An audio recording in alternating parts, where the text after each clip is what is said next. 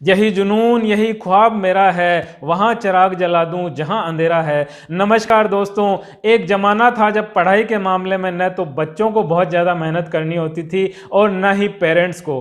पर अब ज़माना बदल गया है। बच्चों की पढ़ाई के मामले में बच्चों को भी बहुत ज़्यादा मशक्क़त करनी होती है और पेरेंट्स को भी बहुत सारी जानकारियाँ हासिल करनी होती है। ये काम और भी ज़्यादा मुश्किल हो जाता है जब बच्चा 12वीं पास करके कॉलेज की तरफ बढ़ता है या ग्रेजुएशन की तरफ बढ़ता है। अधिकांश पेरेंट्स और बच्चे इसी संशय में रहते हैं कि ग्रेजुएशन में कौन सी स्ट्रीम को चुनें या कौन से सब्जेक्ट का चयन करें, क्योंकि यही चुनाव बच्चे के पूरे भविष्य का निर्धारण करता है, बच्चे के पूरे जीवन की दिशा का निर्धारण करता है। 12वीं कक्षा तक आते आते एक बच्चा समझदार हो जाता है।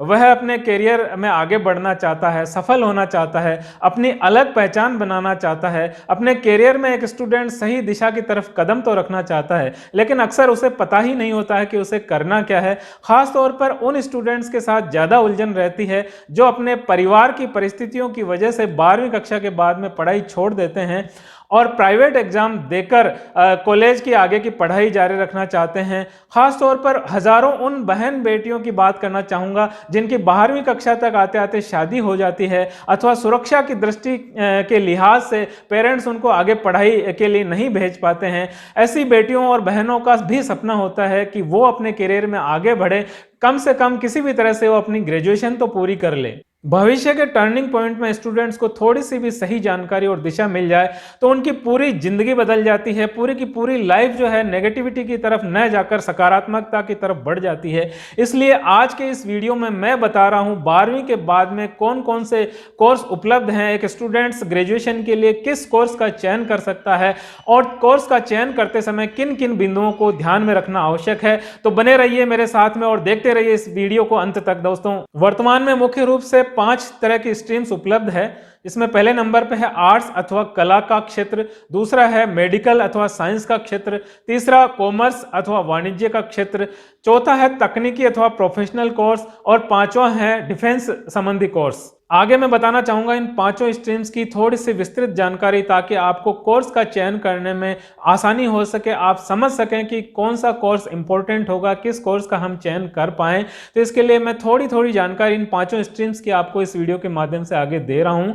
तो सबसे पहले हम बात करते हैं आर्ट्स अथवा कला के क्षेत्र की। अधिकांश पेरेंट्स और स्टूडेंट्स की यह धारणा है कि अन्य स्ट्रीम्स के मुकाबले आर्ट्स थोड़ा सा कमतर है, यानी कि इसमें जॉब की या सफलता की संभावनाएं कम बनती है। लेकिन वर्तमान परिप्रेक्ष्य में जो बदलाव आया है, आर्ट्स की स्ट्रीम से में भी असीमित संभावनाओं की या विकल्पों की भरमार हो गई है। आर्ट्स में से कई विषय है जिनकी पढ़ाई करके एक स्टूडेंट सरकारी अथवा निजी क्षेत्रों में अपना अच्छा मुकाम हासिल कर सकता है।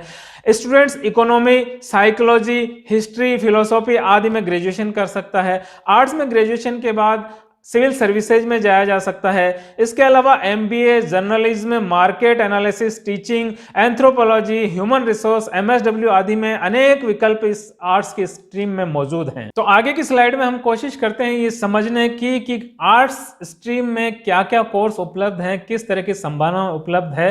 तो आर्ट्स जो स्ट्रीम है उसमें हम बीए करते हैं, यानी कि बैचलर ऑफ आर्ट्स। कला के क्षेत्र में हम लोग ग्रेजुएशन पूरी करते हैं जब बीए करते हैं 12वीं के बाद में। इसके बाद में एक स्टूडेंट्स बीएड कर सकता है, एमएड कर सकता है, बीपीएड कर सकता है। बीपीएड के माध्यम से एक शारीरिक शिक्षक वो स्टूडेंट्स बन सकता है। बीएड और एमएड के माध्यम से वो अध्यापक बन सकता है। उसके बाद में जो संभावनाएं हैं एमबीए, एलएलबी और लाइब्रेरी कोर्सेज की संभावना है। एलएलबी के माध्यम से एक स्टूडेंट जुडिशरी सिस्टम की तरफ जा सकता है। इसी तरह से लाइब्रेरी का जो कोर्स है वो करके लाइब्रेरी में प्रबंधक और व्यवस्थापक की नौकरी के लिए अप्लाई कर सकता है। एमबीए कोर्सेज के माध्यम से एक स्टूडेंट खुद के बिजनेस के लिए भी बहुत सारी चीज़ें, संभावनाओं को तलाश कर सकता है। और इसके अलावा बहुत सारे जॉब के ऑप्शन भी एमबीए पास लोगों के लिए उपलब्ध होते हैं। इसके अलावा यूपीएससी यानी कि सिविल सर्विसेज की तरफ भी एक स्टूडेंट्स ग्रेजुएशन के बाद में जा सकता है, जिसे हम आईएएस के नाम से जान सकते हैं। स्टेट लेवल पे हम अगर राजस्थान की बात करें तो राजस्थान स्टेट एडमिनिस्ट्रेशन सर्विसेज के लिए वो तैयारी कर सकता है, जिसे हम आरएएस के नाम से जानते हैं। पत्रकारिता की तरफ एक स्टूडेंट्स ग्रेजुएशन के बाद में जा सकता है आर्ट्स स्ट्रीम के माध्यम से। मास कम्युनिकेशन में बहुत सारे डिप्लोमा और कोर्सेज कर सकता है। इसके अलावा 12वीं के बाद में डिप्लोमा इन स्पेशल एजुकेशन, जो कि एक विशेष शिक्षा में एक प्रावधान है, इसके अंतर्गत दिव्यांग छात्र छात्राओं को पढ़ाने के लिए स्टूडेंट टीचर बन सकता है। BSW या MSW के माध्यम से वो सोशल वर्क की तरफ जा सकता है। इसमें प्राइवेट संभावनाएं भी बहुत है और गवर्नमेंट में भी बहुत सारे ऐसे प्रोजेक्ट और परियोजनाएं संचालित की जाती है जिसमें BSW और MSW स्टूडेंट्स को लिया जाता है। BBA और MBA के माध्यम से बिजनेस की तरफ और जॉब की तरफ बहुत सारी संभावनाओं की तलाश कर सकता है। अलग अलग देशों की लैंग्वेज सीखते हुए फॉरेन लैंग्वेज डिप्लोमा कर सकता है। जॉब और बिजनेस के लिए इसमें बहुत सारी संभावनाएं हैं, विदेशों में भी और अपने खुद के देश में भी। फैशन डिजाइनिंग में भी बहुत सारे अलग अलग कोर्सेज उपलब्ध है जो जॉब के लिए भी बहुत अच्छे रहते हैं और बिजनेस के लिए भी बहुत सारी मदद मिल पाती है। आगे की स्लाइड में हम बात कर रहे हैं कॉमर्स स्ट्रीम की। कॉमर्स के स्ट्रीम में भी बहुत सारे कोर्स विकल्प के रूप में मौजूद हैं। स्टूडेंट्स अपनी पसंद के हिसाब से किसी भी कोर्स का चयन कर सकता है। इस स्ट्रीम के छात्र भविष्य में MBA के लिए तैयारी कर सकते हैं, CS या CA के लिए तैयारी कर सकते हैं, फाइनेंशियल एनालिसिस्ट जैसे क्षेत्रों में सुनहरा कैरियर बना सकते हैं। कंप्यूटर साइंस कोर्स की भी डिमांड आजकल बहुत बढ़ रही है। कई कॉलेजों में BSc honours computer science course है। यह कोर्स करने के बाद में कैरियर ऑप्शन में किसी भी तरह की कोई कमी नहीं रहती है। कॉमर्स स्ट्रीम की जो कोर्सेज उपलब्ध हैं इनको हम इस स्लाइड के माध्यम से समझ सकते हैं। कॉमर्स स्ट्रीम में BA की जगह BCom होता है। इसमें आगे MCom अथवा MBA की जा सकती है। बैंक के लिए भी नौकरी के लिए तैयारी की जा सकती है और इसमें भी B.Ed और M.Ed के ऑप्शन उपलब्ध है टीचर बनने के लिए। इसके अलावा CA और CS के माध्यम से दोनों तरह के संभावनाएं उपलब्ध है, नौकरी के लिए भी और खुद के बिजनेस के लिए भी। कंप्यूटर एप्लीकेशंस की बात करें तो इसमें BCA और BBA से संबंधित टेक्निकल कोर्सेज एक स्टूडेंट कर सकता है जिसमें असीमित संभावनाएं हैं जॉब की भी और बिजनेस की भी। इसके अलावा डिप्लोमा इन स्पेशल एजुकेशन या बैचलर ऑफ आर्किटेक्ट का डिप्लोमा भी इस कोर्स के माध्यम से एक स्टूडेंट्स कर सकता है जो बिजनेस की तरफ भी आगे बढ़ने में सहायक होता है और जॉब की तरफ बढ़ाने में भी एक स्टूडेंट्स को आगे ले जाता है। D.Ed यानी कि डिप्लोमा इन स्पेशल एजुकेशन भी कॉमर्स के फील्ड में कर सकता है एक बंदा और MCom करने के बाद में B.Ed भी कर सकता है। आगे आता है साइंस अथवा मेडिकल से संबंधित कोर्सेज। इन कोर्सेज को थोड़ा सा तवज्जो ज़्यादा दी जाती है लेकिन ये उतने ही मुश्किल भी माने जाते हैं पढ़ाई के क्षेत्र में। अगर छात्र मेडिकल के फील्ड में अपना करियर बनाना चाहता है तो 12वीं के बाद किसी भी प्रतिष्ठित संस्थान से BSc पास कर सकता है या BSc ऑनर्स कर सकता है। आजकल बायोटेक्नोलॉजी, जेनेटिक्स, इलेक्ट्रॉनिक्स जैसे विषयों में भी ग्रेजुएशन करने का विकल्प है। एक स्टूडेंट्स 12वीं के बाद इंजीनियरिंग या मेडिकल कोर्स भी कर सकता है लेकिन इसके लिए एंट्रेंस एग्जाम को पास करना बहुत ही ज़्यादा जरूरी है।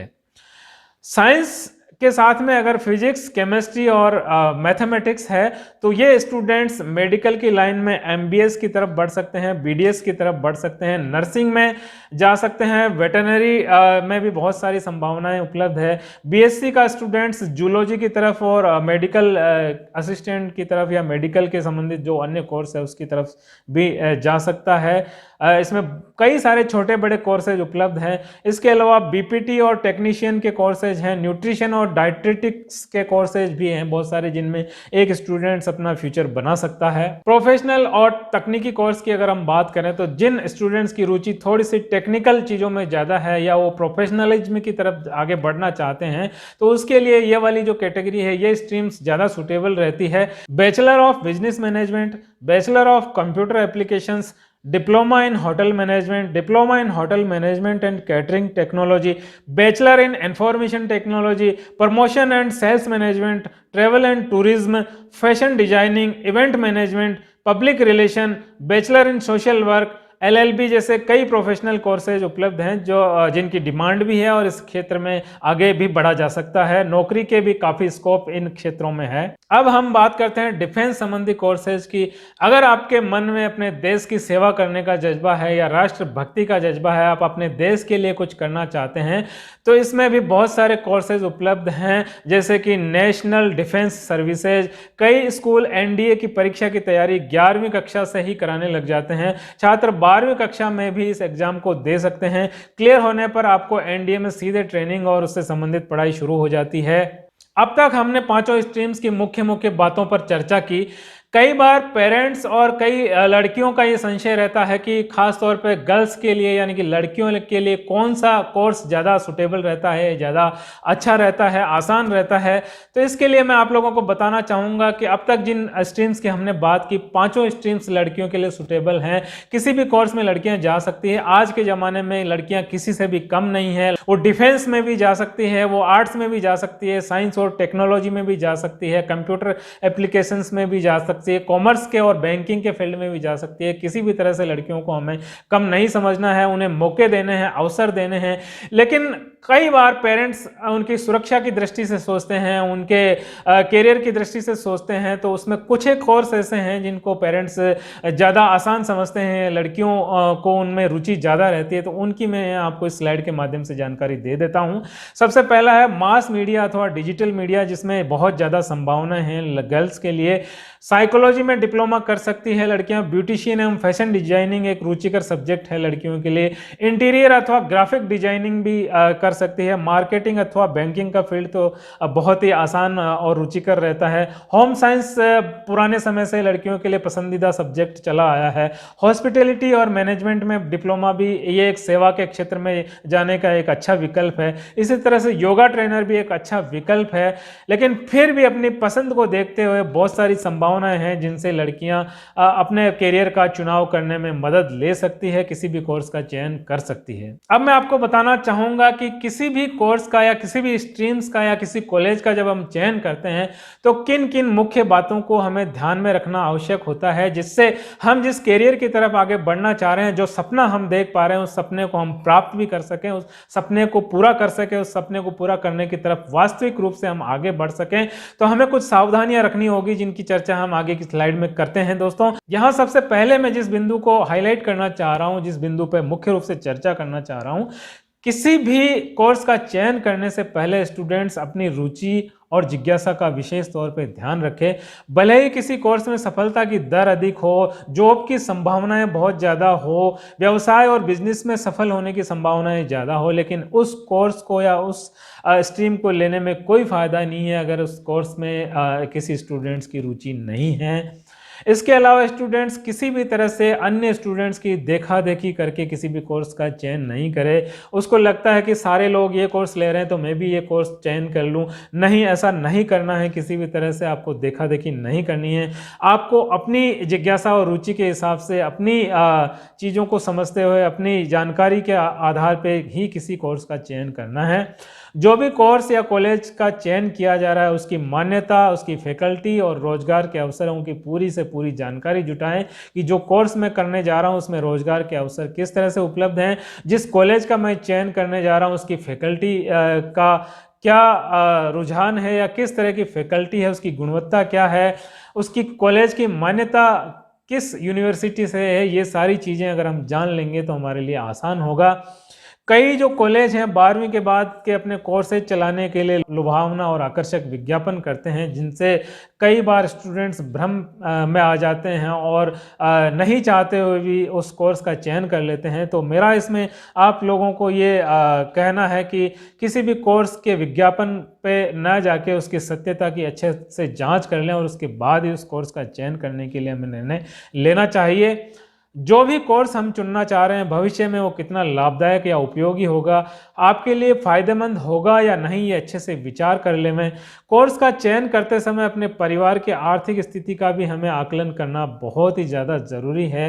हो सकता है जिस कोर्स के लिए स्टूडेंट्स आगे बढ़ना चाह रहा है उस कोर्स के लिए जितना खर्च होगा वो परिवार उस खर्च को वहन करने के लिए सक्षम हो या नहीं हो। ऐसी स्थिति में उस स्टूडेंट्स को स्कॉलरशिप की योजनाओं की जानकारी जुटानी चाहिए। बहुत सारी ऐसी संस्थाएं या एजेंसियां हैं जो ऐसे स्टूडेंट्स को आगे बढ़ने के लिए मदद करती हैं जिनकी पारिवारिक स्थिति कमजोर होती है, और कई बार मेधावी छात्र और छात्राओं को आगे बढ़ने के लिए स्कॉलरशिप मिलती है। जो छात्र मेधावी होते हैं, आगे बढ़ना चाहते हैं, उनके लिए बहुत सारी एजेंसियों, बहुत सारी संस्थाओं और बहुत सारे दानदाताओं के माध्यम से समय समय पर स्कॉलरशिप की घोषणाएं की जाती है, स्कॉलरशिप की योजनाएं संचालित की जाती है। उनकी जानकारी लेके स्टूडेंट्स अपने मनचाहे कोर्स को पूरा करने में, अपने सपने पूरे करने में योगदान हासिल कर सकता है। तो ये थी मुख्य जानकारी 12वीं के बाद में हम किस किस कोर्स का चयन कर सकते हैं और किस स्ट्रीम का चयन कर सकते हैं और स्ट्रीम्स का या कोर्स का चयन करते समय किन किन बिंदुओं को हम ध्यान में रख सकते हैं ताकि आगे हमें आसानी हो भविष्य का निर्धारण करने में। आशा है आपको ये वीडियो पसंद आया होगा। मैं चाहता हूं कि अगर आपको ये वीडियो पसंद आया हो तो इसको ज़्यादा से ज़्यादा शेयर करें ताकि हम किसी भी स्टूडेंट्स का संशय दूर करने में उसकी मदद कर सकें, उसके भविष्य का निर्धारण करने में उसको योगदान हम दे सकें। मेरा आप सभी से एक और अनुरोध है कि अगर आप पहली बार मेरा वीडियो देख रहे हैं और मेरे चैनल में नए आए हैं और अगर आपने अभी तक मेरे चैनल को सब्सक्राइब नहीं किया है तो चैनल को सब्सक्राइब जरूर कर दीजिएगा। साथ ही बेल आइकन भी दबा दीजिएगा ताकि जब भी कोई नया वीडियो मैं साझा करूं उसका नोटिफिकेशन सबसे पहले आप तक पहुंचे और आप जुड़ पाए मेरे इस जागरूकता और जानकारी के महत्वपूर्ण अभियान में। बहुत जल्दी फिर मिलते हैं एक नए वीडियो के माध्यम से नई जानकारी के साथ। तब तक के लिए नमस्कार, जय हिंद, जय भारत।